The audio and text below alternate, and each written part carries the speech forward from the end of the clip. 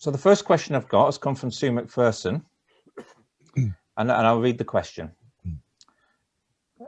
And I'm going to ask Jeremy if you go first in the response to this, if that's okay. Okay. Greater Manchester Poverty Action report that after housing costs, 48% of children in Levenshulme are living in poverty. What political and practical strategies do you have to prioritise and combat child poverty at a ward level? Thanks. Well, poverty, and particularly child poverty, is a scourge across society at the moment. I mean, we've had many years of first austerity and now further cuts, and now people being hit by the awful pandemic. There are many things that contribute to child poverty in particular. And I think the important thing is that obviously a councillor can't, an individual councillor, an individual council even can't change the world. But what we can do is we can link people together. We can make sure that the resources and the support that are available are clear, that people know where to go to get help. Often it's very difficult to find out for families where there is support, and I think a lot of people have struggled with trying to get information from the City Council website, for example, and one phone line that now exists for all contact. I think the role of a councillor, and what I would try to do, is trying to bridge those links and be that link, so that there was a point of information, and be open about what information is, what I knew, what I could find out, and supporting people, supporting families, supporting the community. Often there's a lot of confusion about the reasons for child poverty, and it's interesting that Sue in the question brings up housing. I mean, housing costs and the difficulties of housing locally are a challenge to everybody, particularly as housing costs rise dramatically, as they have done in Levenshulme in the last few years.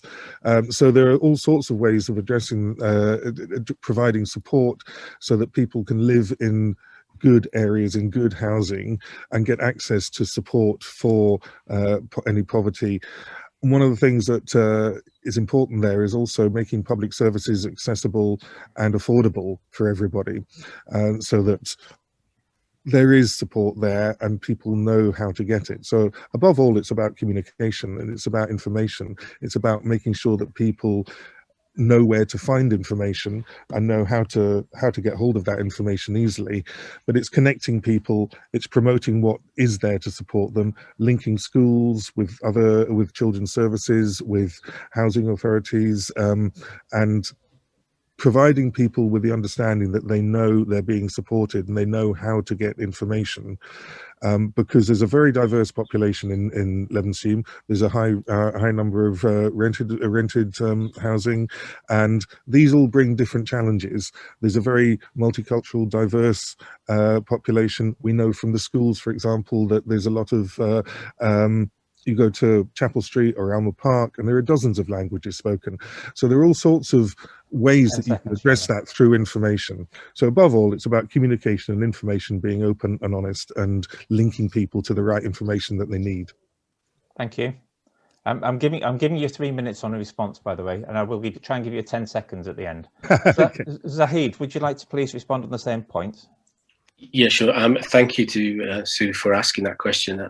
This is firstly, I'd say that it's an absolute crying shame for a country which is meant to be, was it the fifth most powerful country in the world, to have child poverty of this extent is a shame to all of us. It's a crying shame, and I can assure you, as if I'm elected as councillor, this is a top priority. Our city should have no child going hungry, and I welcome the fact that the council has given over 41,000 school vouchers for meals. It's provided schemes like Read to Feed in libraries, so children that wouldn't have any meals at all at home that were hot, they could provide them in libraries in the past.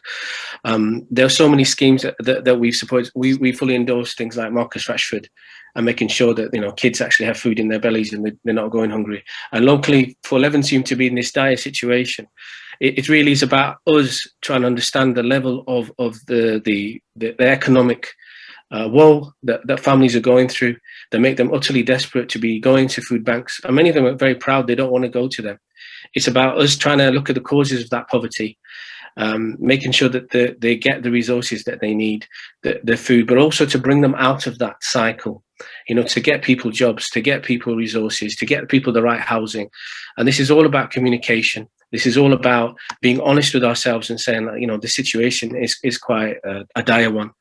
And personally, I work in the field of education. The kids I work with mostly come from deprived backgrounds. And I do fundamentally believe that the only way out of this is really to educate ourselves, to illuminate that darkness in ourselves that leads us to a society where people next door to each other, one is going hungry and the other one's got plenty. And how can we share that? And I think Levenshulme's got a great sense of community. And this is about the churches, the mosque, and everybody working together to get out of this current situation so that we can build something positive for the future, where we can get more resources and avoid this in the future where we're having to depend on a supply of food banks continually, where we're ignoring the problem, we're ignoring homelessness and saying that the problem isn't there, which has happened in some places in the past. And I think we have to stand up and say that, you know, we're going to do as much as we can, given the very, very difficult constraints and the cutbacks that we have to ultimately, it's about the people, and the people do come first. And if we can't eradicate this poverty in our city, then what are we doing? So it's a great challenge for everybody across the country. It's not just in Levenshulme, it's not just in Manchester. Everybody's facing it. It's not something that we can accept as a society. And I think globally, this has been acknowledged across the board, the United Nations and so on. So thank you for the question. And I would say to Sue and to everybody to keep reminding us that we need to do something about this. We have to.